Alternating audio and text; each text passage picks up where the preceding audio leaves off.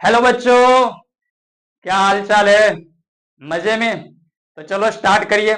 આપણી કહાનીને આગળ વધારીએ, આપણું સફર આગળ વધારીએ, આપણો પ્રવાસ આગળ વધારીએ. તો શું પ્રવાસ હતો સર?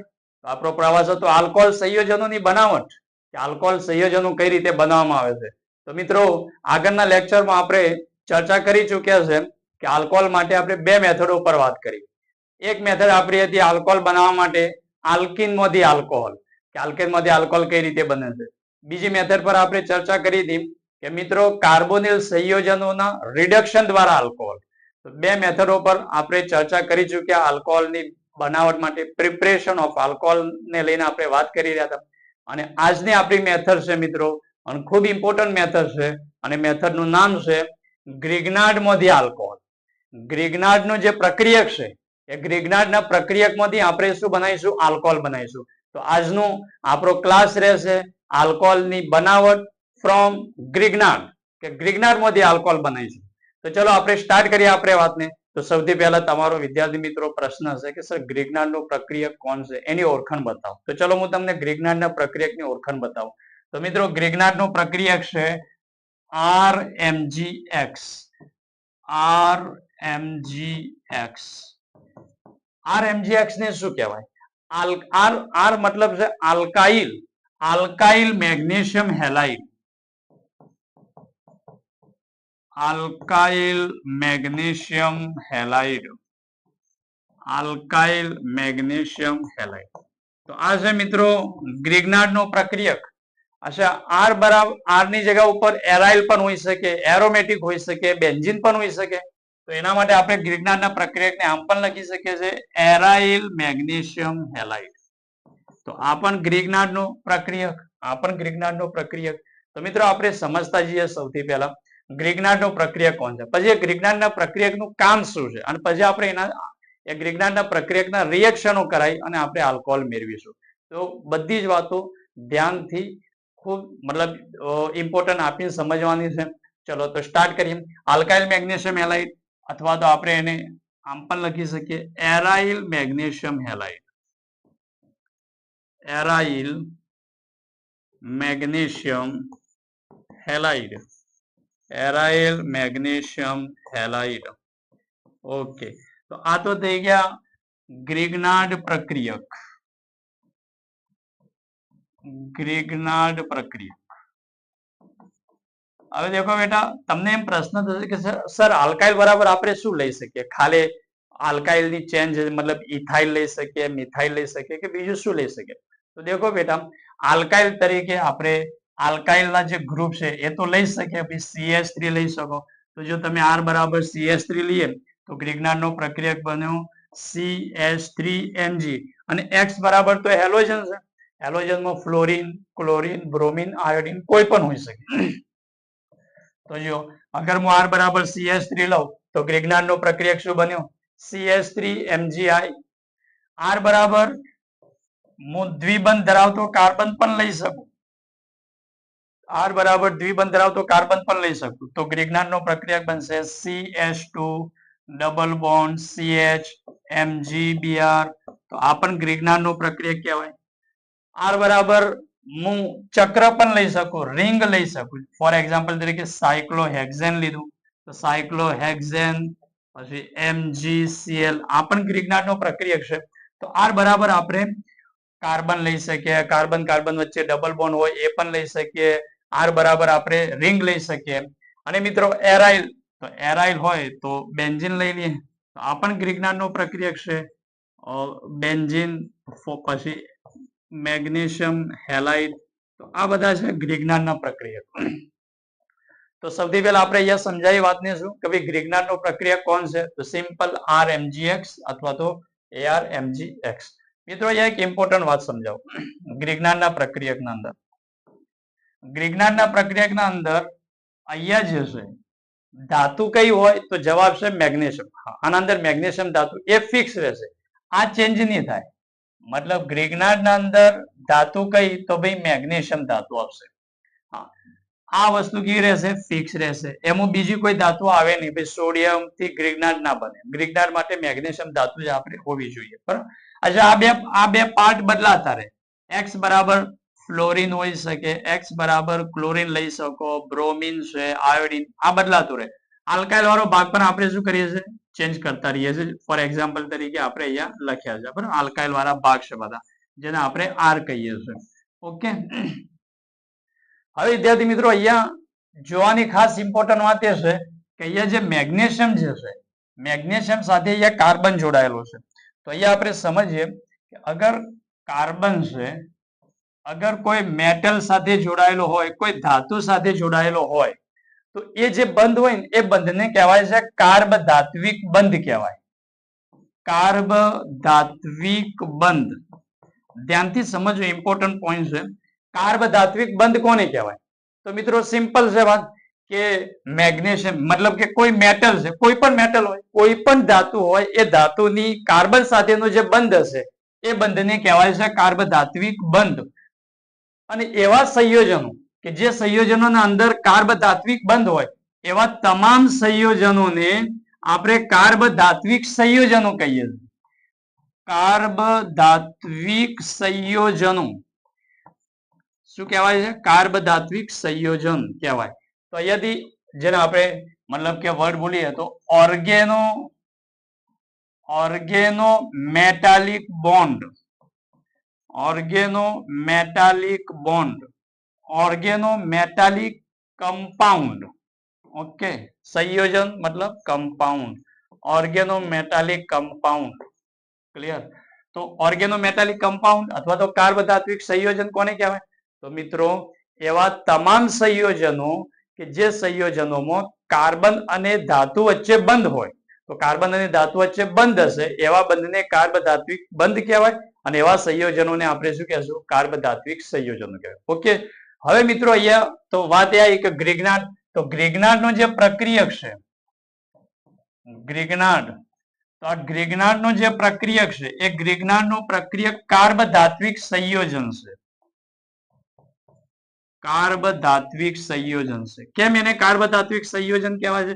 કારણ કે ગ્રિગ્નાર્ડના પ્રક્રિયકના અંદર કાર્બન અને મેગ્નેશિયમ વચ્ચે બંધ છે. તો કાર્બન અને મેગ્નેશિયમ વચ્ચે બંધનો શું મતલબ? તો કાર્બન અને મેગ્નેશિયમ તો ધાતુ છે, તો કાર્બન અને ધાતુ વચ્ચેનો બંધ છે. એના કારણે ગ્રિગ્નાર્ડનું જે પ્રક્રિયક છે એ પ્રક્રિયકને શું કહેવાય છે? ઓર્ગેનો મેટાલિક કમ્પાઉન્ડ કહેવાય છે. એક પોઈન્ટ ક્લિયર થઈ ગયો કે ગ્રિગ્નાર્ડનો પ્રક્રિયક શું કહેવાય? કાર્બ ધાત્વિક મતલબ કે સંયોજન કહી શકીએ આપણે. ઓકે, અચ્છા, નેક્સ્ટ એક ઇમ્પોર્ટન્ટ વાત સમજાવું મિત્રો, જો ધ્યાન આપો. અહીંયા જે છે જેને કાર્બન અને મેગ્નેશિયમ વચ્ચે આ ગ્રિગ્નાર્ડનો પ્રક્રિયક છે. ફોર એક્ઝામ્પલ તરીકે અહીંયા હું લઈ લઉં RMgX.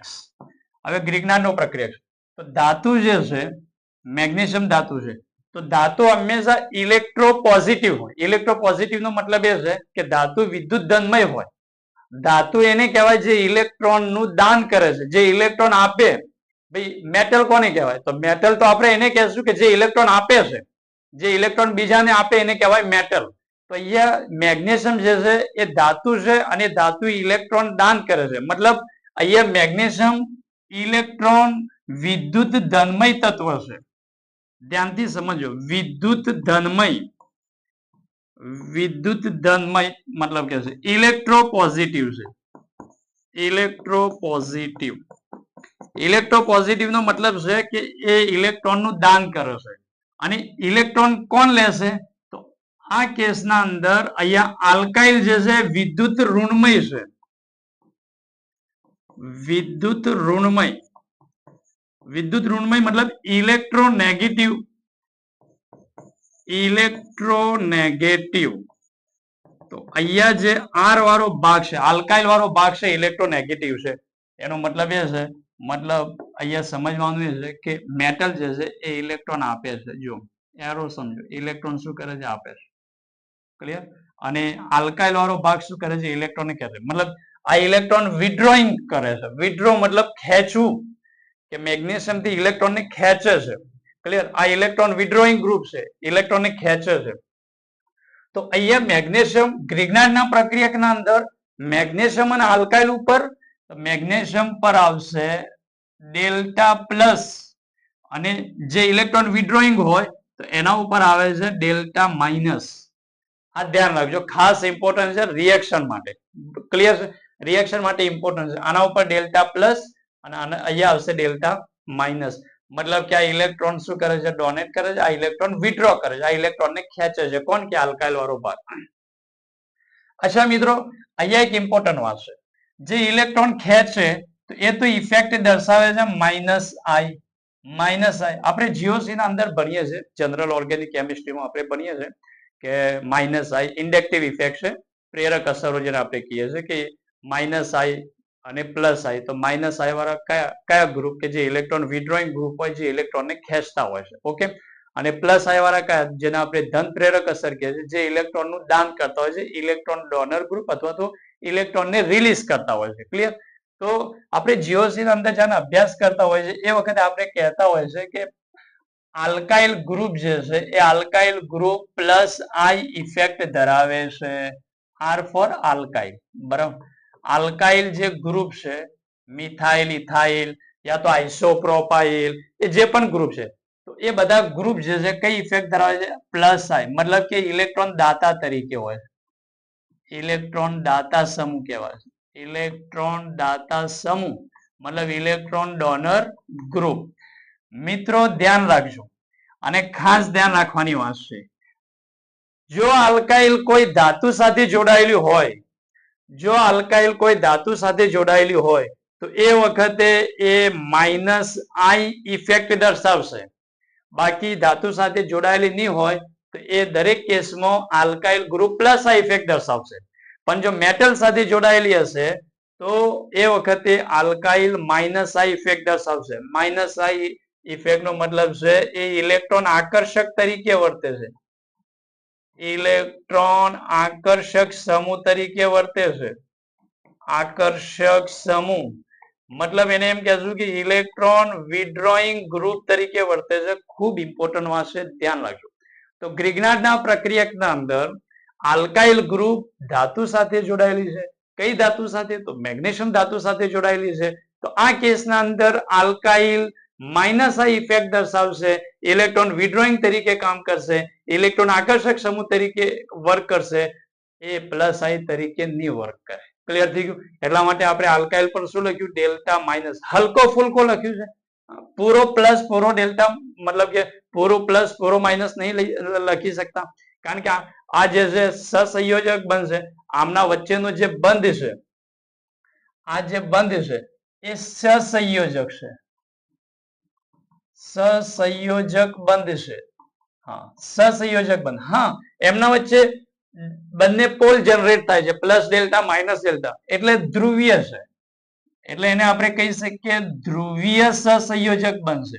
તો જાણે સહસંયોજક બંધ હોય તો એના ઉપર આપણે શું લખીશું? હલકો.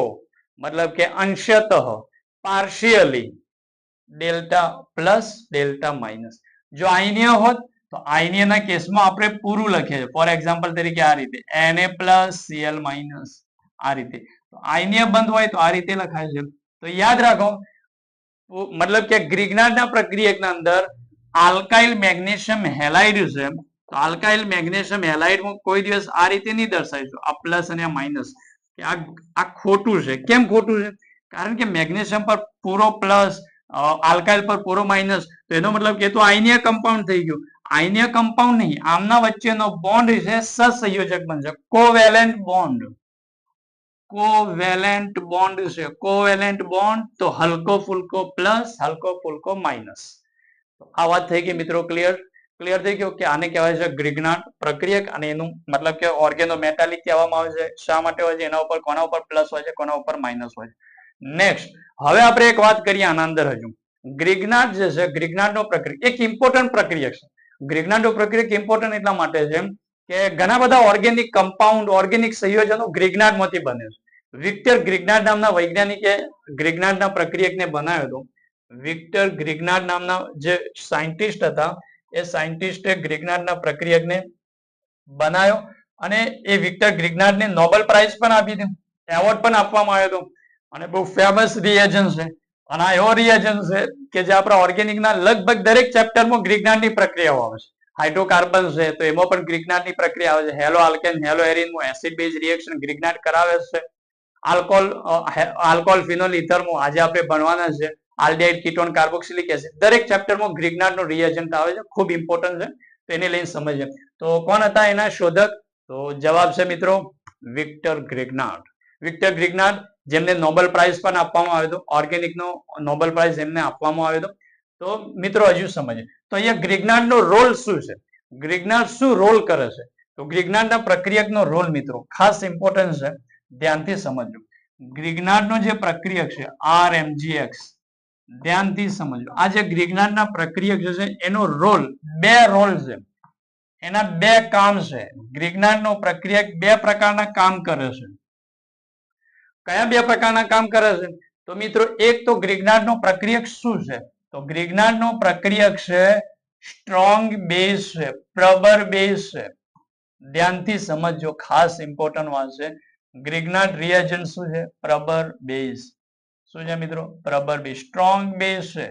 સ્ટ્રોંગ બેઝ નો મતલબ છે પ્રબળ બેઝ છે. પ્રબળ બેઝ.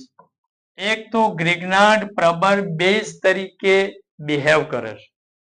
તો જ્યારે ગ્રિગ્નાર્ડ પ્રબળ બેઝ તરીકે બિહેવ કરે એ વખતે એ જે પ્રક્રિયા આપશે એ પ્રક્રિયાને આપણે કહેશું એસિડ બેઝ પ્રક્રિયા. એ પ્રક્રિયાને આપણે શું નામ કહેશું? એસિડ બેઝ પ્રક્રિયા. એસિડ બેઝ પ્રક્રિયા. ઓકે. એક તો ગ્રિગ્નાર્ડનું કામ આ છે કે ગ્રિગ્નાર્ડ જ્યારે સ્ટ્રોંગ બેઝ તરીકે કામ કરશે એ વખતે ગ્રિગ્નાર્ડ એસિડ બેઝ રિએક્શન આપશે. ઓકે. નેક્સ્ટ, ગ્રિગ્નાર્ડનું બીજું કામ શું છે? ગ્રિગ્નાર્ડ બીજો કયો રોલ અદા કરે છે? મતલબ અહીંયા હું એમ કહેવા માંગી રહ્યો છું કે અહીંયા મારો ટોપિક છે role of Grignard. Role of Grignard reagent. Grignard reagent નો શું રોલ છે? એનું કામ શું છે? તો સેકન્ડ મિત્રો, ગ્રિગ્નાર્ડનો પ્રક્રિયકનો બીજો રોલ. તો ગ્રિગ્નાર્ડનો પ્રક્રિયક જે છે બીજું કોના તરીકે વર્તે? તમને કે ચલો સ્ટ્રોંગ બેઝ તરીકે વર્તે છે તો એસિડ બેઝ પ્રક્રિયા કરે. અચ્છા, એ સિવાય ગ્રિગ્નાર્ડ બીજો કોઈ કામ કરી શકે? કોઈ બીજી તરીકે એક્ટ કરી શકે? યસ મિત્રો, ગ્રિગ્નાર્ડ ન્યુક્લિયોફાઇલ તરીકે પણ એક્ટ કરી શકે છે. સ્ટ્રોંગ ન્યુક્લિયોફાઇલ છે. ગ્રિગ્નાર્ડ સ્ટ્રોંગ ન્યુક્લિયોફાઇલ. સ્ટ્રોંગ ન્યુક્લિયોફાઇલ નો મતલબ છે પ્રબળ કેન્દ્ર અનુરાગી પ્રક્રિયક. કેન્દ્ર અનુરાગી પ્રક્રિયક. મિત્રો ખૂબ ઇમ્પોર્ટન્ટ વાતો છે, ધ્યાનથી સમજવાની ટ્રાય કરો. ગ્રિગ્નાર્ડ જે છે એ બીજું એક્ટ કરે છે સ્ટ્રોંગ ન્યુક્લિયોફાઇલ તરીકે. સ્ટ્રોંગ ન્યુક્લિયોફાઇલ નો મતલબ પ્રબળ કેન્દ્ર અનુરાગી પ્રક્રિયક. કેન્દ્ર અનુરાગી પ્રક્રિયક એને કહેવાશે કે જેના જોડે ઇલેક્ટ્રોન છે. તો જાણે કોઈ ઇલેક્ટ્રોન ડેફિશિયન્ટ યા તો ઇલેક્ટ્રોન ઉણપ ધરાવતી કોઈ સ્પીસીઝ હશે હાઇડ્રોજન સિવાયની કોઈ ઇલેક્ટ્રોન ઉણપ ધરાવતી, ઇલેક્ટ્રોન ડેફિશિયન્ટ કોઈ સ્પીસીઝ હશે તો ગ્રિગ્નાર્ડ એના ઉપર એટેક કરશે, એના ઉપર આક્રમણ કરશે. ક્લિયર છે? તો એ કેસમાં ગ્રિગ્નાર્ડ બનશે સ્ટ્રોંગ ન્યુક્લિયોફાઇલ.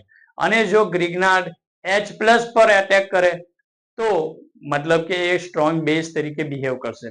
તો મિત્રો અહીંયા સમજો વાતને કે જાણે સ્ટ્રોંગ ન્યુક્લિયોફાઇલ તરીકે ગ્રિગ્નાર્ડ એક્ટ કરે એ વખતે એ કઈ પ્રક્રિયાઓ આપે છે? તો જવાબ એ છે કે મિત્રો કેન્દ્ર અનુરાગી યોગશીલ પ્રક્રિયાઓ આપે છે. કેન્દ્ર અનુરાગી યોગશીલ પ્રક્રિયા. યોગશીલ પ્રક્રિયા ક્યારે? કે જાણે ગ્રિગ્નાર્ડ કોની તરીકે એક્ટ કરશે? સ્ટ્રોંગ ન્યુક્લિયોફાઇલ તરીકે એક્ટ કરશે ત્યારે. તો બે રિએક્શનો ગ્રિગ્નાર્ડ કરાવશે. એક રિએક્શન તો કરાવશે acid base. Acid base reaction ક્યારે કરાવશે મિત્રો? કે જ્યારે ગ્રિગ્નાર્ડ સ્ટ્રોંગ બેઝ તરીકે કામ કરશે ત્યારે એસિડ બેઝ રિએક્શન કરાવશે. બીજું રિએક્શન ગ્રિગ્નાર્ડનું કેન્દ્ર અનુરાગી યોગશીલ પ્રક્રિયા કરાવશે. ક્યારે ગ્રિગ્નાર્ડ કેન્દ્ર અનુરાગી યોગશીલ પ્રક્રિયા ક્યારે કરાવશે? તો મિત્રો જવાબ એ છે કે ગ્રિગ્નાર્ડ જ્યારે સ્ટ્રોંગ ન્યુક્લિયોફાઇલ તરીકે કામ કરશે ત્યારે ગ્રિગ્નાર્ડ મતલબ કે કેન્દ્ર અનુરાગી યોગશીલ પ્રક્રિયા કરાવશે. ઓકે. તો ગ્રિગ્નાર્ડની કેટલી પ્રક્રિયાઓ થશે? એસિડ બેઝ રિએક્શન કરાવશે અથવા તો ગ્રિગ્નાર્ડ કઈ પ્રક્રિયા કરાવશે? કેન્દ્ર અનુરાગી યોગશીલ પ્રક્રિયા કરાવશે. હવે અહીંયા પ્રશ્ન થાય કે સર એવી સિચ્યુએશન આવી ગઈ કે જેમાં એસિડ બેઝ ગ્રિગ્નાર્ડના જોડે એવી સિચ્યુએશન આવી કે ગ્રિગ્નાર્ડ એસિડ બેઝ બી કરાવી શકે છે. એ બી પોસિબિલિટી છે કે એસિડ બેઝ બી કરાવે અને ગ્રિગ્નાર્ડ જે છે કેન્દ્ર અનુરાગી યોગશીલ પણ કરાવે. તો ગ્રિગ્નાર્ડ પસંદ કોને કરશે? એસિડ બેઝ કરવાને પસંદ કરશે ફર્સ્ટ કે કેન્દ્ર અનુરાગી યોગશીલ પ્રક્રિયા કરવાનું પસંદ કરશે? તો મિત્રો ખાસ ઇમ્પોર્ટન્ટ, તમારો ક્વેશ્ચન બહુ સરસ છે, ખૂબ જ ઇમ્પોર્ટન્ટ વાત પૂછી. ગ્રિગ્નાર્ડની ફર્સ્ટ ચોઇસ, જાણે ગ્રિગ્નાર્ડ જોડે બે ચોઇસ હોય કે એસિડ બેઝ કરાવું કે કેન્દ્ર અનુરાગી યોગશીલ કરાવું, એસિડ બેઝ કરાવું કે કેન્દ્ર અનુરાગી યોગશીલ કરાવું, ગ્રિગ્નાર્ડ એસિડ બેઝ કરાવું કે કેન્દ્ર અનુરાગી યોગશીલ કરાવું. તો ગ્રિગ્નાર્ડની ફર્સ્ટ ચોઇસ છે, ગ્રિગ્નાર્ડની ફર્સ્ટ ચોઇસ છે એસિડ બેઝ રિએક્શન. ખૂબ ઇમ્પોર્ટન્ટ વાત છે, ધ્યાન રાખજો.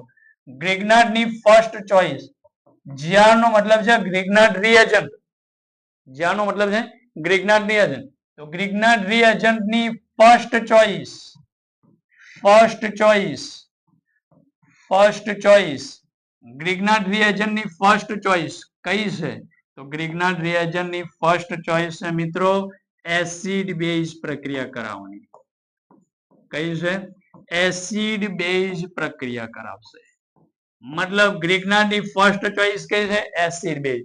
અગર બે સિચ્યુએશન જનરેટ થાય છે, એસિડ બેઝ કરાવું કે ન્યુક્લિયોફિલિક એડિશન કરાવું, તો એ સમયે ગ્રિગ્નાર્ડ એસિડ બેઝને પ્રાયોરિટી આપશે, એસિડ બેઝ કરાવશે ફર્સ્ટ. ક્લિયર? તો આ એક ઇમ્પોર્ટન્ટ ક્વેશ્ચન આપણે બનાવીશું, ધ્યાનથી સમજો વાતને. એન્ડ ધેન સેકન્ડ ચોઇસ ગ્રિગ્નાર્ડની, તો બીજી ચોઇસ તો ખબર જ છે. સેકન્ડ ચોઇસ ગ્રિગ્નાર્ડની કેન્દ્ર અનુરાગી યોગશીલ પ્રક્રિયા, કેન્દ્ર અનુરાગી યોગશીલ પ્રક્રિયા, યોગશીલ પ્રક્રિયા. ઓકે, કેન્દ્ર અનુરાગી યોગશીલ પ્રક્રિયા સેકન્ડ ચોઇસ. કોની? ગ્રિગ્નાર્ડની સેકન્ડ ચોઇસ. ફર્સ્ટ ચોઇસ કઈ છે? એસિડ બેઝ કરાવશે. મતલબ ગ્રિગ્નાર્ડ સ્ટ્રોંગ બેઝ તરીકે બિહેવ કરવાનું ફર્સ્ટ પસંદ કરશે. અગર સ્ટ્રોંગ બેઝ તરીકે બિહેવ કરવાનો ચાન્સ નહીં તો પછી ન્યુક્લિયોફાઇલ રિએક્શન કરાવશે. ઓકે મિત્રો, તો ઓલ અબાઉટ આ બધી વાતો આપણી ગ્રિગ્નાર્ડની થઈ. હવે આ ટોપિક આપણે જે સ્ટાર્ટ કર્યો છે, જે આપણો ટોપિક છે મિત્રો અહીંયા, આજે આપણો ટોપિક છે ગ્રિગ્નાર્ડમાંથી આલ્કોહોલ બનાવવું છે. તો ગ્રિગ્નાર્ડમાંથી આલ્કોહોલ બનાવવા માટે આમાંથી ગ્રિગ્નાર્ડ કઈ પ્રક્રિયા કરાવશે? તો ગ્રિગ્નાર્ડમાંથી આલ્કોહોલ બનાવવા માટે ગ્રિગ્નાર્ડ જે છે એ કઈ કોને તરીકે બિહેવ કરશે? સ્ટ્રોંગ ન્યુક્લિયોફાઇલ તરીકે બિહેવ કરશે, જે આપણો અત્યારનો ટોપિક છે, આજનો ટોપિક છે. આપણે શું કરવું છે? ગ્રિગ્નાર્ડમાંથી આલ્કોહોલ બનાવવું છે. તો ગ્રિગ્નાર્ડમાંથી આલ્કોહોલ બનાવવા માટે ગ્રિગ્નાર્ડનો રોલ રહેશે સ્ટ્રોંગ ન્યુક્લિયોફાઇલ તરીકેનો, અને જે પ્રક્રિયા કરાવશે, કઈ પ્રક્રિયા કરાવશે? કેન્દ્ર અનુરાગી યોગશીલ પ્રક્રિયા. તો ચલો સ્ટાર્ટ કરીએ વાતને. ચલો મિત્રો સ્ટાર્ટ કરીએ.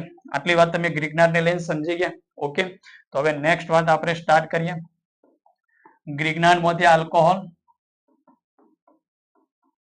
ગ્રિગ્નાર્ડમાંથી આલ્કોહોલ જે આજનો આપણો ટોપિક હતો, આજનો આપણો ટોપિક છે ગ્રિગ્નાર્ડમાંથી આલ્કોહોલ. ચલો, તો કાર્બોનિલ જે સંયોજનો છે, આલ્ડીહાઇડ છે, કીટોન છે, જનરલી આ જે કાર્બોનિલ સંયોજનો એની ગ્રિગ્નાર્ડ સાથે પ્રક્રિયા કરવામાં આવે છે RMGX. આ છે ગ્રિગ્નાર્ડનો પ્રક્રિયા RMGX. તો મિત્રો શું થાય છે ધ્યાન આપો. તો અહીંયા શું થશે?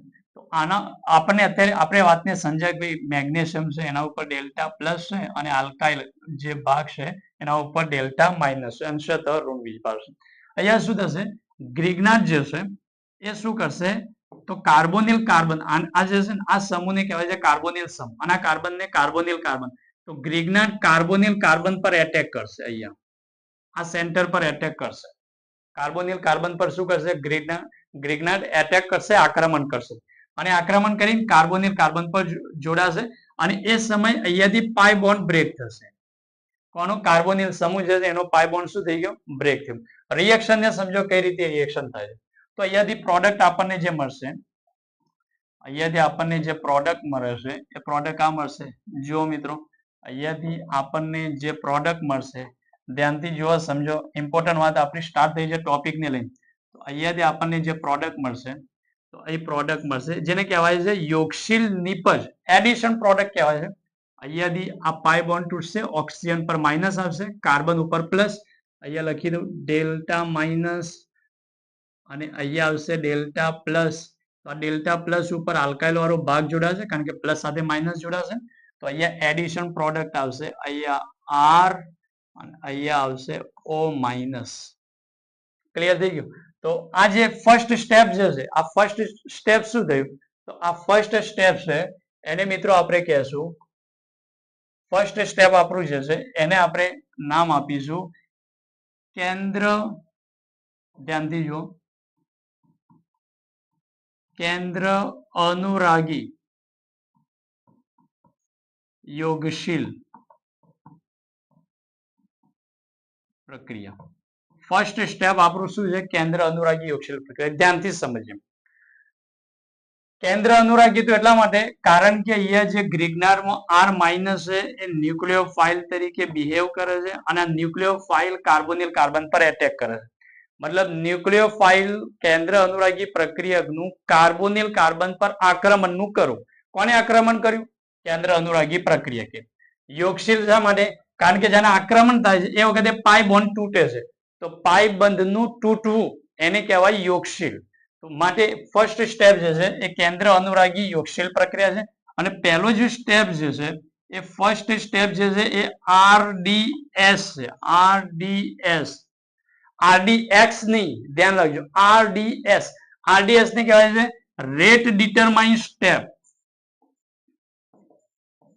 Rate determine step. Rate determine step નો શું મતલબ? તો વેગ નિર્ણાયક તબક્કો. વેગ નિર્ણાયક તબક્કો. મિત્રો તમને ક્લિયર છે? કેમિકલ કાઇનેટિક્સ નું જે ચેપ્ટર છે એમાં આપણે કહીએ છીએ કે ભાઈ પ્રક્રિયા જાની એકથી વધારે તબક્કામાં થતી હોય તો એમાં જે સૌથી ધીમો તબક્કો હોય એ પ્રક્રિયાનો વેગ નક્કી કરે છે. મતલબ આ જે પ્રક્રિયા છે એનો વેગ નક્કી કોણ કરશે? તો આ તબક્કો નક્કી કરશે. બરાબર. કેમ? કારણ કે આ ધીમો તબક્કો કહેવાશે. આ શું છે? ધીમો તબક્કો છે. ચલો મિત્રો આગળ વાતને સમજીએ. તો શું કર્યું? ધ્યાન રાખો કે ગ્રિગ્નાર્ડના પ્રક્રિયકમાં આ જે આર જે માઇનસ છે એ ન્યુક્લિયોફાઇલ તરીકે વર્તે છે અને આ ન્યુક્લિયોફાઇલ કાર્બોનિલ કાર્બન પર શું કરે છે? એટેક કરે છે. પાઈ બોન્ડ તૂટે છે. ફર્સ્ટ આ નિપજને યોગશીલ નિપજ કહેવાય. યોગશીલ નિપજ. આ નિપજ એને શું કહેવાશે? યોગશીલ નિપજ. અચ્છા એક વાત મતલબ કે સમજવા માટે કહી દઉં મિત્રો, અહીંયા જે કાર્બન છે કાર્બોનિલ કાર્બન, આ કાર્બોનિલ કાર્બન નું જે સંકરણ છે એ સંકરણ છે sp2 છે. sp2 સંકરણ છે. sp2 સંકરણ નો મતલબ એ છે કે આમાં કાર્બન સાથે જોડાયેલા 3 એટમ એક સમતલના અંદર હોય છે. આ રીતે આ કાર્બોનિલ કાર્બન છે તો એમાં કાર્બન સાથે જોડાયેલા જે 3 એટમ હશે કેવા હશે? એક સમતલમાં. ન્યુક્લિયોફાઇલ કઈ બાજુથી એટેક કરશે? તો ન્યુક્લિયોફાઇલ એને લંબ મતલબ જે સમતલ છે, ફોર એક્ઝામ્પલ તરીકે આ સમતલ છે આપણું, આ સમતલ છે મતલબ આ એક આપણો સમતલ છે. આ રીતે પ્લેન છે, આ એક સમતલ. તો અહીંયા 3 એટમ sp2 સંકરણ હોવાના કારણે શું થશે? તો 3 એટમ જે છે 3 પરમાણુ એક જ સમતલમાં છે. હવે ન્યુક્લિયોફાઇલ એટેક ક્યાંથી કરશે? તો સમતલને લંબ એટેક કરશે. સમતલને લંબ એટેક કરવાનો મતલબ એ છે કે ન્યુક્લિયોફાઇલ યા તો અહીંયા ઉપરથી એટેક કરશે આમ, આ એને લંબ કહેવાય કારણ કે નીચે આ સમતલ છે, સમતલને લંબ એટેક કરે છે. યા તો ન્યુક્લિયોફાઇલ અહીંયાથી એટેક કરશે, બેક સાઈડ થી મતલબ કે એનો એટેક કરશે. તો બંને બાજુ એટેક કરી શકે છે ન્યુક્લિયોફાઇલ. ઉપરથી પણ એટેક કરી શકે અને નીચેથી પણ શું કરી શકે છે? એટેક કરી શકે છે. ક્લિયર થઈ ગયો પોઈન્ટ? સમજો મિત્રો. કારણ કે sp2 સંકરણ અને sp2 સંકરણ હોવાના કારણે 3 એટમો એક જ સમતલના અંદર છે. કાર્બોનિલ કાર્બન સાથે કનેક્ટેડ 3 એટમો એક જ સમતલમાં છે. આવનાર ન્યુક્લિયોફાઇલ ક્યાંથી આવશે? તો આવનાર ન્યુક્લિયોફાઇલ અહીંયા સામેથી નહીં આવે. આવનાર ન્યુક્લિયોફાઇલ સમતલને લંબ ઉપરથી એટેક કરશે. મતલબ યા તો ઉપરની તરફથી એટેક કરશે યા તો પછી ક્યાંથી એટેક કરશે? નીચેની તરફ એટેક કરશે. ઓકે મિત્રો, ચલો તો એક પોઈન્ટ આ છે જે ખાસ ધ્યાન રાખજો. અચ્છા, આ જે પ્રોડક્ટ બની, આ પ્રોડક્ટ બની, હવે અહીંયા તો સંકરણ sp3 થઈ ગયું. અહીંયા તો સંકરણ કયું થયું? જુઓ, ધ્યાનથી જુઓ, વાતને ક્લિયર કરો મિત્રો. આ સંકરણ થઈ ગયું sp3. અહીં તો sp2 હતું, અહીંયા સંકરણ થઈ ગયું કયું? sp3. તો sp3 સંકરણ જે છે એ તો સમતલે નહીં હોતું, એ તો સમચતુષ્ફલકીય હોય. સમચતુષ્ફલકીય નો મતલબ એ છે કે 3 તો એક પ્લેનના અંદર હશે, 3 મતલબ કે બંધ 3 એટમ કાર્બન સાથે કનેક્ટેડ 3 એટમ એક સમતલમાં હશે અને એક જે છે એ સમતલના બહાર હશે. જનરલી ન્યુક્લિયોફાઇલ સમતલના બહાર હશે. આ જે આપણો ન્યુક્લિયોફાઇલ છે, આ ન્યુક્લિયોફાઇલ કે હશે સમતલના બહાર. અને આ કયા પ્રકારની રચના બની? તો આપણને ખબર જ છે કે ભાઈ sp3 સંકરણ હોય તો સમચતુષ્ફલકીય, તો આને કહેવાય છે યોગશીલ નિપજ. અચ્છા, બીજા શબ્દોમાં હું કહું તો આને કહેવાય સમચતુષ્ફલકીય આલ્કોક્સાઇડ કહેવાય છે. ધ્યાનથી જુઓ મિત્રો, સમચતુષ્ફલકીય આલ્કોક્સાઇડ.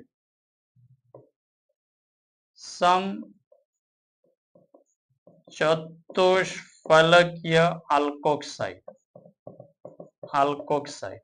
મિત્રો હજુ આલ્કોહોલ નહીં બનાવ્યું, હજુ તો કાર્બોનિલ નું એટેક કરાવ્યું. એના પછી આપણે જો જળ વિભાજન કરાવીશું. આ તો ફર્સ્ટ તબક્કો છે, આ તબક્કો પહેલો છે. બીજા તબક્કામાં આપણે જળ વિભાજન કરાવીશું. એસિડિક જળ વિભાજન કરવાથી આપણને આલ્કોહોલ મળશે. તમે વેટ કરો. તમને એમ ઉતાવળ છે કે આલ્કોહોલ ક્યારે બને, આલ્કોહોલ ક્યારે બનશે, આલ્કોહોલ બનશે. થોડો વેટ કરો, પણ બધા મુદ્દાઓને સમજો તાકી આપણે જોઈએ અને નીટના ક્વેશ્ચનો આપણાથી નીકળી જાય સારી રીતે. ઓકે મિત્રો. અચ્છા, એક ઇમ્પોર્ટન્ટ વાત બીજી મિત્રો કે અહીંયા મતલબ કે રિએક્ટિવિટી નો પોઈન્ટ પણ આવી શકે છે, જેને હું ચર્ચા કરીશ. રિએક્ટિવિટી, આ ન્યુક્લિયોફાઇલ આ કાર્બોનિલ કાર્બન પર ક્યારે એટેક ફાસ્ટ કરે, મતલબ કે કાર્બોનિલ કાર્બન જે છે એ કાર્બોનિલ સમૂહ આ ન્યુક્લિયોફાઇલ પ્રત્યે રિએક્ટિવિટી વધારે ક્યારે દર્શાવશે? તો સિમ્પલ જવાબ છે ભાઈ ન્યુક્લિયોફાઇલ ઉપર શું છે? Delta minus. તો ડેલ્ટા માઇનસ છે તો એને એટેક ક્યાં કરવાનું છે? તો એને એટેક કરવાનું છે કાર્બન ઉપર. તો કાર્બન જે છે એના ઉપર જેટલો પોઝિટિવ ચાર્જ વધારે હશે, જેટલો કાર્બન ઉપર પોઝિટિવ ચાર્જ શું હશે? વધારે હશે, એટલો ન્યુક્લિયોફાઇલ ફાસ્ટ એટેક કરશે. એટલો એ કાર્બોનિલ સમૂહ એ કેન્દ્ર અનુરાગી પ્રત્યે એટલો વધારે સક્રિય હશે. મતલબ પોઝિટિવ કાર્બોનિલ કાર્બન ઉપર પોઝિટિવ ચાર્જ વધશે એમ એ કાર્બોનિલ સમૂહની રિએક્ટિવિટી, સક્રિયતા, પ્રતિક્રિયાત્મકતા કેન્દ્ર અનુરાગી પ્રક્રિયા પ્રત્યે વધારે હશે. એક પોઈન્ટ અહીંયા હજુ એડ કરું, પછી અહીંયા આપણે ચર્ચા કરીએ મિત્રો. ધ્યાનથી જુઓ, અહીંયા કાર્બોનિલ સમૂહની સક્રિયતા, કાર્બોનિલ સમૂહ જે છે એની સક્રિયતા મતલબ રિએક્ટિવિટી. ક્વેશ્ચન આવે છે, ધ્યાનથી જુઓ. રિએક્ટિવિટી, આના પ્રશ્નો પૂછે છે, એક્સટર્નલ એક્ઝામમાં આના ક્વેશ્ચનો આવે છે, ધ્યાનથી સમજો. તો સિમ્પલ બે ફેક્ટર ધ્યાન રાખો કે ભાઈ જે સક્રિયતા છે, કાર્બોનિલ સમૂહ જે છે એની સક્રિયતા અથવા પ્રતિક્રિયાત્મકતા છે એ કાર્બોનિલ કાર્બનના ધન વીજભારને સમપ્રમાણમાં હોય. મતલબ કાર્બોનિલ કાર્બન પર જેટલો ધન વીજભાર વધારે હશે એટલી એની સક્રિયતા વધારે હશે. એક એક્ઝામ્પલ આપીશ, બરાબર, પછી વાતને આગળ વધારીએ. ફોર એક્ઝામ્પલ તરીકે એક તો કાર્બોનિલ કાર્બન હશે, મતલબ કે ફોર્માલ્ડિહાઇડ છે, અને એક અહીંયા આપણને આપી દીધું એસિટાલ્ડિહાઇડ છે, અને એક અહીંયા આપણે લખી દઈએ કીટોન, બરાબર, પ્રોપેનોન. આ ત્રણ છે કાર્બોનિલ સમૂહ છે, કારણ કે કાર્બન ઓક્સિજન વચ્ચે ડબલ બોન્ડ છે. હવે અહીંયા પ્રશ્ન કે કેન્દ્ર અનુરાગી પ્રક્રિયા પ્રત્યે કોણ વધારે શકે છે? આમાંથી કોણ ફાસ્ટ રિએક્શન કેન્દ્ર અનુરાગી પ્રત્યે આપી શકે? તો સિમ્પલ, હું અહીંયા આનો બોન્ડ બ્રેક કરીશ. આ ડેલ્ટા પ્લસ છે, અહીંયા કાર્બોનિલમાં અહીંયા ડેલ્ટા પ્લસ છે, અહીંયા ડેલ્ટા. હવે જેટલો કાર્બોનિલ ઉપર ડેલ્ટા પ્લસ વધારે હશે એટલો ન્યુક્લિયોફાઇલ પ્રત્યેનું રિએક્શન ફાસ્ટ થશે. ઓકે, તો ચેક કરીએ. હવે ચેક કરવા માટે આપણે શું કરીશું? તો આપણે ઇફેક્ટો ચેક કરવી પડશે. અહીંયા હાઇડ્રોજનની કોઈ ઇફેક્ટ નહીં લાગતી, ઝીરો. અહીંયા પણ હાઇડ્રોજનની કોઈ ઇફેક્ટ નહીં. અહીંયા CH3 છે, CH3 પ્લસ આ ઇફેક્ટ આપે છે, ઇન્ડક્ટિવ ઇફેક્ટ, ઇલેક્ટ્રોન દાતા સમૂહ છે, અને અહીંયા હાઇડ્રોજનની કોઈ ઇફેક્ટ નહીં. તો ધ્યાનથી જુઓ, ઇલેક્ટ્રોન દાતા સમૂહ શું કરશે? ઇલેક્ટ્રોન આપશે. એના કારણે શું થશે? આનો પોઝિટિવ ચાર્જ ઓછો થશે. ઇલેક્ટ્રોન દાતા સમૂહ પોઝિટિવ ચાર્જને ઘટાડે છે. ઇલેક્ટ્રોન દાતા સમૂહ ધન વીજભારને ઘટાડે છે. ઓકે, તો અહીંયાથી એક બાજુથી ઇન્ડક્ટિવ લાગ્યું, અહીંયા તમે જુઓ તો અહીંયાથી બંને બાજુથી ઇન્ડક્ટિવ લાગે છે, કારણ કે આલ્કાઇલ સમૂહ છે પ્લસ આઈ, અહીંયા પણ કયું છે પ્લસ આઈ. પ્લસ આઈ શું છે? Electron donor group. તો ઇલેક્ટ્રોન ડોનર ગ્રુપ શું કરશે? ઇલેક્ટ્રોન આપશે. ચલો, ઇલેક્ટ્રોન આપે છે. આ બાજુથી પણ ઇલેક્ટ્રોન આપશે, તો બંને બાજુથી ઇલેક્ટ્રોન આપે, એના કારણે શું થઈ જશે? પોઝિટિવ ચાર્જ વધારે ઘટી જશે. અહીંયા પોઝિટિવ ચાર્જ શું થઈ ગયો? વધારે ઘટી ગયો. અહીંયા પોઝિટિવ ચાર્જ સૌથી ઓછો છે, અહીંયા પોઝિટિવ ચાર્જ સૌથી વધારે છે. શું કીધું? કાર્બોનિલ સમૂહની ન્યુક્લિયોફિલિક પ્રત્યેની સક્રિયતા, કાર્બોનિલ સમૂહ પર જેટલો પોઝિટિવ ચાર્જ વધારે, જેટલો ધન વીજભાર વધારે એટલે એની સક્રિયતા વધારે. તો સૌથી વધારે ધન વીજભાર કયો છે? ફોર્માલ્ડિહાઇડમાં. એનો મતલબ એ છે કે ફોર્માલ્ડિહાઇડ ગ્રિગ્નાર્ડ સાથે ફાસ્ટ રિએક્શન કરે છે. ફોર્માલ્ડિહાઇડ ગ્રિગ્નાર્ડ સાથે શું કરશે? ફાસ્ટ રિએક્શન કરશે. ઓકે, પછી કોણ આવશે? એસિટાલ્ડિહાઇડ. પછી કોણ આવશે? એસિટોન. તો મિત્રો આ પોઈન્ટ છે આપણો, ક્લિયર છે? તો આ રીતે પણ આપણે ધ્યાન રાખીશું. આને લઈને ચર્ચા કરીશું નેક્સ્ટ આપણા મતલબ કે આગળ વિડિયો લેક્ચરમાં આને અલગથી આપણે બનાવીશું. ચલો, તો હવે આપણે આપણા મુદ્દા ઉપર આવી જઈએ. નેક્સ્ટ પોઈન્ટ આપણે યસ, હવે આલ્કોહોલ જે તમને અંદરથી મતલબ કે એમ છે કે ક્યારે બને આલ્કોહોલ, સર આલ્કોહોલ. તો ચલો આલ્કોહોલ હવે બનાવી જ દઈએ. તો આ થઈ ગયું યોગશીલ નિપજ, બરાબર, ન્યુક્લિયોફાઇલ નો એટેક થયું, યોગશીલ નિપજમાં. હવે આનું જળ વિભાજન કરવાનું. તો ચલો મિત્રો હું જળ વિભાજન કરાવું. ધ્યાન રાખો, ધ્યાનથી જુઓ, સમજો. હું જળ વિભાજન કરાવીશ. ઓકે, બિલકુલ કોન્સન્ટ્રેશન, બિલકુલ ધ્યાન રાખો. આપણે જળ વિભાજન કરાવીએ આનું. ઓકે, જો મિત્રો, તો સ્ટાર્ટ કરીએ જળ વિભાજન. તો આ જે યોગશીલ નિપજ મળી, આ યોગશીલ નિપજ નું આપણે એસિડિક જળ વિભાજન કરવાનું. એસિડિક મતલબ H+H2 હાઇડ્રોલિસિસ. હાઇડ્રોલિસિસ એસિડિક મતલબ કે જળ વિભાજન H+H2O, અથવા તો આ રીતે લખેલું પણ આવી શકે મિત્રો, H3O+. ઓકે, અચ્છા, એક અહીંયા આમ પણ લખેલો આવશે, ધ્યાન રાખો, NH4Cl aqua. આ પણ H+ ડોનર છે. એમોનિયમ ક્લોરાઇડ, એમોનિયમ ક્લોરાઇડ પણ H+ ડોનર છે. ક્લિયર છે? તો ત્રણમાંથી કોઈ બી લખેલો. હવે શું કરીશું? તો મિત્રો અહીંયા H ને જોડી દેશું. તો અહીંયા આપણી પ્રોડક્ટ બની ગઈ. અહીંયા જે ગ્રિગ્નાર્ડ નો જે ભાગ છે એ તો અહીંયા આવશે. 1 મીન્સ અહીંયા ગ્રિગ્નાર્ડ નો ભાગ માઇનસ પ્લસ ને અહીંયાથી માઇનસ ને હટાવી દઈએ. ઓકે, અહીંયાથી માઇનસ ને આપણે હટાવી દઈએ અને એના સાથે લગાવી દઈએ. આપણને ખબર હશે કે પ્લસ વાળો ભાગ માઇનસ પર, તો લખીએ અહીંયા MgX. MgX. ઓકે, તો ધ્યાન આપો મિત્રો, MgX. આ થઈ ગયું MgX. હવે શું કરશું? જળ વિભાજન. આ છે જળ વિભાજન. જળ વિભાજન, એસિડિક જળ વિભાજન. એસિડ તરીકે ડાયલ્યુટ H2SO4 લઈ શકો, પછી ડાયલ્યુટ HCl લઈ શકો, મતલબ મંદ HCl, મંદ H2SO4 કોઈ બી લઈ શકો છો. ઓકે, તો ચલો જળ વિભાજન કરીએ. તો જળ વિભાજન, ચલો હવે પ્રોડક્ટ બનાવે છે. જો કઈ રીતે પ્રોડક્ટ બનાવે, ધ્યાન રાખો, દરેક જણ ધ્યાન રાખો. પ્રોડક્ટ જળ વિભાજન કરવું છે. તો જળ વિભાજન નો મતલબ આપણે H+ અને OH- ઉમેરવું છે. તો આપણને ક્લિયર છે કે આના ઉપર પ્લસ છે, આના ઉપર માઇનસ છે. તો અહીંયા શું લખું? H+ અને અહીંયા લખું OH-. આ માઇનસ અને આ શું છે? પ્લસ. અને બોન્ડ અહીંયાથી શું થશે? બ્રેક થશે. આ રીતે જ આપણે દર વખતે બ્રેક કરીશું. ક્લિયર? તો અહીંયા આન્સર આપણો બન્યો. અહીંયાથી આપણો આન્સર બની ગયો મિત્રો, અહીંયાથી આન્સર બની ગયો OH અને અહીંયા આવ્યો R. હવે અહીંયા પ્રશ્ન એ થશે કે સર કયા પ્રકારનો આલ્કોહોલ બન્યો? પ્રાથમિક આલ્કોહોલ બન્યો, દ્વિતીયક બન્યો કે તૃતીયક બન્યો? તો દેખો બેટા, 3 આલ્કોહોલ આમાં બની શકે છે. પ્રાથમિક બી બની શકે, દ્વિતીયક આલ્કોહોલ પણ બની શકે અને તૃતીયક આલ્કોહોલ પણ બની શકે. હવે કયો બનશે એ નક્કી કરશે કાર્બોનિલ સમૂહ નક્કી કરશે. કોણ નક્કી કરશે? કાર્બોનિલ સમૂહ. મતલબ કે અહીંયા તમે શું લીધું છે? આલ્ડિહાઇડ લીધો છે તો કયો આલ્ડિહાઇડ લીધો છે? કીટોન લીધો છે તો શું બનશે? તો અલગ અલગ આપશે, તો એ અહીંયા નક્કી કરશે. આપણે સમજીએ છે વાતને. ચલો, પોઈન્ટ ક્લિયર છે. તો 3 પ્રકારના આલ્કોહોલ આપણે બની શકે. તો આપણા માટે ઇમ્પોર્ટન્ટ વાત થઈ ગઈ. ગ્રિગ્નાર્ડના પ્રક્રિયકથી પ્રાથમિક આલ્કોહોલ બી બની શકે, દ્વિતીયક પણ બની શકે અને તૃતીયક આલ્કોહોલ પણ બની શકે. તો સ્ટાર્ટ કરું હવે. પ્રાથમિક આલ્કોહોલ કઈ રીતે બનશે? તો ચલો મિત્રો સ્ટાર્ટ કરીએ. પ્રાથમિક આલ્કોહોલ. પ્રાથમિક આલ્કોહોલ ધ્યાનથી સમજો, ખાસ ઇમ્પોર્ટન્ટ પોઈન્ટ છે. બહુ કોન્સન્ટ્રેશન રાખો મિત્રો, આસાનીથી બધા ટોપિક ક્લિયર થઈ જશે. આપણે જ નીકાળીશું. નીટ અને જેઈ આપણે જ નીકાળવાનું છે. હા, અને આપણે નીકાળવામાં પૂરેપૂરી હેલ્પ કરીશું. પૂરું કન્ટેન્ટ ડિલિવર કરીશું આપણે. ચલો, તો પ્રાથમિક આલ્કોહોલ હવે બનાવીએ ગ્રિગ્નાર્ડની મદદથી પ્રાથમિક આલ્કોહોલ. તો મિત્રો ધ્યાન આપો. ફોર્માલ્ડિહાઇડ, આ છે ફોર્માલ્ડિહાઇડ. આનું નામ લખી દઉં, ફોર્માલ્ડિહાઇડ. ફોર્માલ્ડિહાઇડ. આઈયુપીએસસી નામ મિથેનાલ. મિથેનાલ. ઓકે, મિથેનાલ. અને કોણ છે આ? કે ભાઈ આ છે કોણ? કે આ સૌથી આલ્ડિહાઇડની ફેમિલીનો સૌથી નાનો આલ્ડિહાઇડ. આલ્ડિહાઇડ ફેમિલીનો સૌથી નાનો આલ્ડિહાઇડ. એને આપણે કહીએ છીએ કયો આલ્ડિહાઇડ? કે સુપર આલ્ડિહાઇડ. આ બધા નામ આપણે, આ નામ તો આપણે આપેલા છે. આ નામ આઈયુપીએસસી આપેલું છે. આ કોમન નેમ છે. તો આઈયુપીએસસી વાળા નામ આપે છે. કોમન નેમ આપવા વાળા કોમન નેમ, સામાન્ય નામ આપે છે. તો આપણે બી કઈક નામ આપી દઈએ. ચલો, આપણે નામ super aldehyde. Super aldehyde. Okay, super aldehyde.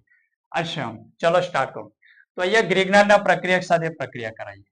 અને અહીંયા લઈ લઈએ ગ્રિગ્નાર્ડનો પ્રક્રિયક હું લઉં છું CH3MgCl. ઓકે, ગ્રિગ્નાર્ડનો પ્રક્રિયક લઈ લીધો કે જેમાં એક કાર્બન છે CH3MgCl. આ છે. શું કરવાનું છે? તો સિમ્પલ છે. ગ્રિગ્નાર્ડના પ્રક્રિયકમાં આના ઉપર છે ડેલ્ટા પ્લસ. અત્યારે જ આપણે જોઈને આવ્યા છે પૂરી મિકેનિઝમ. આના ઉપર ડેલ્ટા માઇનસ. અહીંયા કાર્બન ઉપર શું છે? Delta plus. અહીંયા ઓક્સિજન પર શું છે? Delta minus. તો આ જે ગ્રિગ્નાર્ડમાં જે આલ્કાઇલ વાળો ભાગ છે એ કયો એટેક કરશે? કાર્બોનિલ કાર્બન પર એટેક કરશે. ક્લિયર? અને અહીંયાથી આ પાઈ બોન્ડ શું થશે? બ્રેક થશે. ફર્સ્ટ આપણું યોગશીલ નિપજ અહીંયા મળશે.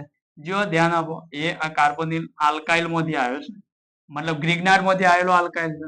અહીંયા બનશે OMgCl. OMgCl. ચલો આ થઈ ગઈ યોગશીલ નિપજ. અને યોગશીલ નિપજ પછી શું કરો? જર વિભાજન કરો. હાઇડ્રોલિસિસ, જર વિભાજન. હા, હાઇડ્રોલિસિસ અથવા તો જર વિભાજન કરો. તો શું કરીશું? અહીંયા H અને અહીંયા OH. ચલો મિત્રો, તો શું જવાબ બન્યો? CH3 CH2OH. તો અહીંયા આન્સર બન્યો CH3 CH2OH. કયા પ્રકારનો આલ્કોહોલ બન્યો? પ્રાથમિક આલ્કોહોલ. કયો આલ્કોહોલ બન્યો? પ્રાથમિક આલ્કોહોલ. પ્લસ બાય પ્રોડક્ટ લખી દઈએ MgOHCl. MgOHCl પ્રાથમિક આલ્કોહોલ. એક કન્ક્લુઝન કાઢવું જોઈએ, ધ્યાન રાખજો. ગ્રિગ્નાર્ડની પ્રક્રિયા, ગ્રિગ્નાર્ડના પ્રક્રિયકની પ્રક્રિયા ફોર્માલ્ડિહાઇડ સાથે જાણ પણ કરવામાં આવશે. ફોર્માલ્ડિહાઇડ સાથે જાણ પણ થશે. તો એ વખતે હંમેશા પ્રાથમિક આલ્કોહોલ મળશે. ધ્યાન રાખજો, ગ્રિગ્નાર્ડના પ્રક્રિયકની પ્રક્રિયા ફોર્માલ્ડિહાઇડ સાથે જાણ પણ થશે તો હંમેશા પ્રાથમિક આલ્કોહોલ જ બનશે. તો અહીંયા બનશે શું? પ્રાથમિક આલ્કોહોલ. કેમ પ્રાથમિક આલ્કોહોલ બન્યું? કે ફોર્માલ્ડિહાઇડ. ફોર્માલ્ડિહાઇડ આવ્યો એટલે પ્રોડક્ટ ફિક્સ છે, પ્રાથમિક આલ્કોહોલ જ બનવાની, બીજો કોઈ પ્રકારનો આલ્કોહોલ બનશે નહીં. ઓકે મિત્રો. અચ્છા, હવે એક બીજી ઇમ્પોર્ટન્ટ વાત જેને આપણે ટૂંકમાં બી કહી શકીએ, આન્સર કઈ રીતે ડાયરેક્ટ લખવાનું છે. જો ત્યાંથી આપણે શું કરીએ છીએ, તો જો આ જે કાર્બોનિલ કાર્બન હોય, ડાયરેક્ટ પ્રોડક્ટ લખવું તો કઈ રીતે? કાર્બોનિલ કાર્બન છે તો એમાં ગ્રિગ્નાર્ડનો આલ્કાઇલ વાળો ભાગ કાર્બોનિલ કાર્બન પર લગાવવાનો અને કાર્બોનિલ જે સમૂહ છે તે ડબલ બોન્ડ ઓ લખ્યું છે એની જગ્યા ઉપર OH કરી દે. Direct answer. એક બે ડાયરેક્ટ આન્સર આપણે લખીએ છીએ, ધ્યાન આપો. માન લો કે આ ફોર્માલ્ડિહાઇડ છે, ધ્યાનથી જો, અને અહીંયા તમને ગ્રિગ્નાર્ડ આપી દીધો CH3 CH2MgBr અને અહીંયા આપણને આપી દીધું H3O+. તો આનો આન્સર લખવો છે. તો મિત્રો આનો આન્સર શું થશે? તો શું કરીશું? ડાયરેક્ટ કે આ કાર્બોનિલ કાર્બન વાળો જે ભાગ રહ્યો, કાર્બોનિલ કાર્બન છે એના ઉપર આને લગાવી દો પહેલા. તો ચલો એ આને લગાવી દીધું અને પછી આ જે C ડબલ બોન્ડ O છે ને એને OH કરી નાખું. તો આનો આન્સર લખવું છે CH3 CH2. કોણ ક્યાં રહ્યું? CH3 CH2. આના સાથે લાગશે તો અહીંયા CH2OH. કયા પ્રકારનો આલ્કોહોલ બન્યો? તો પ્રાથમિક આલ્કોહોલ બનશે. ગ્રિગ્નાર્ડના પ્રક્રિયકની ફોર્માલ્ડિહાઇડ સાથે પ્રક્રિયાથી હંમેશા કયો આલ્કોહોલ બનશે? પ્રાથમિક આલ્કોહોલ. તો એક સ્ટેટમેન્ટ લખી દઉં, એક અહીંયા ઇમ્પોર્ટન્ટ સ્ટેટમેન્ટ લખી દઉં. ગ્રિગ્નાર્ડ રિએજન્ટની ફોર્માલ્ડિહાઇડ સાથે પ્રક્રિયાથી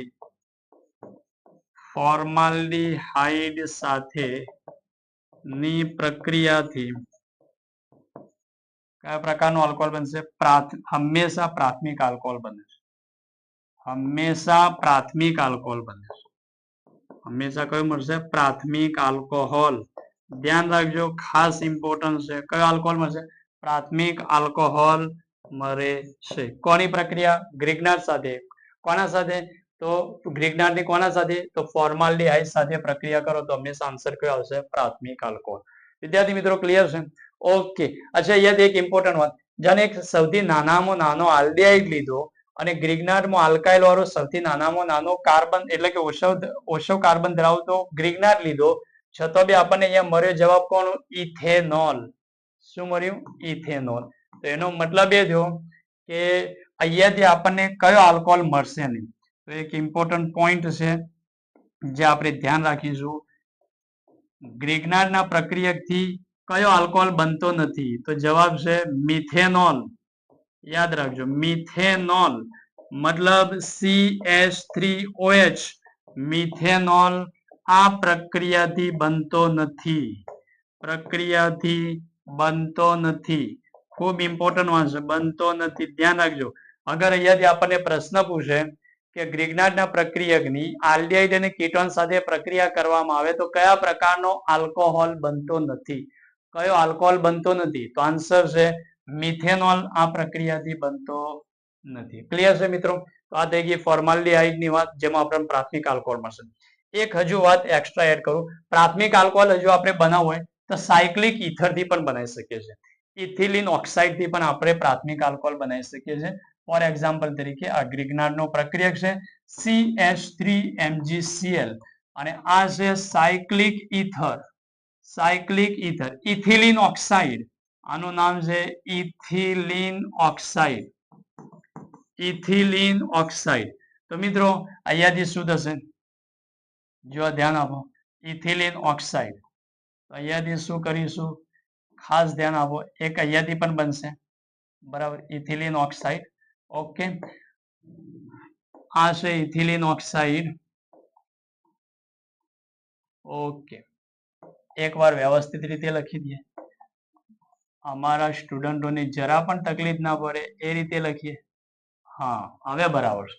ઇથિલિન ઓક્સાઇડ. ઓકે, આ ઇથિલિન ઓક્સાઇડ છે તો અહીંયા ડેલ્ટા માઇનસ, ઓક્સિજન પર ડેલ્ટા માઇનસ, કાર્બન ઉપર ડેલ્ટા પ્લસ. ઓકે, કાર્બન ઉપર શું છે? Delta plus.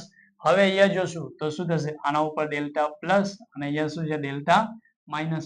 તો અહીંયાથી આ ગ્રિગ્નાર્ડનો જે આ જે છે ને, મતલબ કે આલ્કાઇલ વાળો ભાગ એ આના ઉપર એટેક કરશે અને આ બોન્ડ અહીંયા શું થશે? બ્રેક થશે. તો શું આન્સર બનશે? આના ઉપર જાને એટેક કરશે તો શું બનશે? CH3, અહીંયા CH2, અહીંયા CH2, OMgCl. આ બન્યું. ક્લિયર? અને પછી આનું હાઇડ્રોલિસિસ કરાવીએ, જળ વિભાજન કરાવીએ એસિડિક માધ્યમમાં, તો અહીંયા H અને અહીંયા શું આવશે? OH અને બોન્ડ અહીંયાથી બ્રેક થશે. તો અહીંયા CH3, અહીંયા CH2, અહીંયા CH2, અહીંયા OH. મતલબ એ છે કયો આલ્કોહોલ મળ્યો? પ્રાથમિક આલ્કોહોલ. કયા પ્રકારનો આલ્કોહોલ અહીંયા બનશે? તો આન્સર છે પ્રાથમિક આલ્કોહોલ. પ્રાથમિક આલ્કોહોલ. ઓકે મિત્રો, તો પ્રાથમિક આલ્કોહોલ ઇથિલિન ઓક્સાઇડ થી પણ બને છે, પરંતુ ધ્યાન એ રાખજો કે હા પ્રાથમિક આલ્કોહોલ બની ગયું. ઇમ્પોર્ટન્ટ વાત શું હતી કે અહીંયા એક મતલબ કે કાર્બન વાળો એક કાર્બન ધરાવતો અગર આપણને અહીંયા ગ્રિગ્નાર્ડ લેવામાં આવશે તો એનાથી બે વધારે કાર્બન ધરાવતો આપણને અહીંયા આલ્કોહોલ મળશે. ઓકે, અચ્છા, હવે કોઈ એમ કહે કે સર તો પછી આના સાથે પ્રક્રિયા કરાવું, બરાબર, તો આ બી તો સાયક્લિક ઇથર છે ને, આ બધા સાયક્લિક ઇથર છે. આનું નામ છે ટેટ્રાહાઇડ્રોફ્યુરાન, આનું નામ છે THF. આપણે હાઇડ્રોબોરેશન ઓક્સિડેશનમાં રિએજન્ટ ઉપયોગ કર્યો હતો ટેટ્રાહાઇડ્રોફ્યુરાન. તો સર આના સાથે પ્રક્રિયા કરાવું તો બી તો આ રીતે એટેક કરશે કે નો, આના સાથે પ્રક્રિયા નહીં થાય.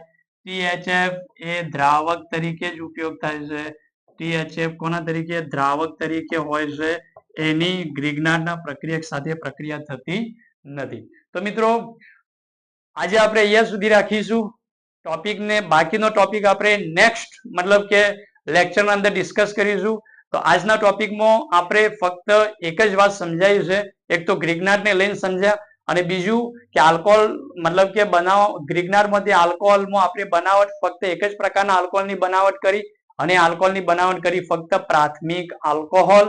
કે પ્રાથમિક આલ્કોહોલ કઈ રીતે બને છે? તો ફોર્માલ્ડિહાઇડ લેવાથી આપણને શું મળ્યું? ગ્રિગ્નાર્ડની પ્રક્રિયા દ્વારા ફોર્માલ્ડિહાઇડની પ્રક્રિયા કરી તો આપણને પ્રાથમિક આલ્કોહોલ મળી. આજે આપણે પ્રાથમિક આલ્કોહોલ સુધી રાખીશું. નેક્સ્ટ આપણે મિત્રો દ્વિતીયક આલ્કોહોલ અને તૃતીયક આલ્કોહોલ ગ્રિગ્નાર્ડથી કઈ રીતે બને છે, એમાં કોણ ઉપયોગ થાય છે, અગર આલ્ડિહાઇડ થાય છે તો કયો આલ્ડિહાઇડ ઉપયોગ થાય છે, કીટોન શું આપે છે, એ સિવાય એસ્ટર પર કોઈ પ્રક્રિયા કરે છે કે નહીં કરતા, આ બધી વાતોને લઈને આપણે નેક્સ્ટ મતલબ કે લેક્ચરની અંદર ડિસ્કસ કરીશું. તો અહીંયા સુધી રાખીશું. આ ટોપિકનો ખૂબ સારી રીતે અભ્યાસ કરો. All the best.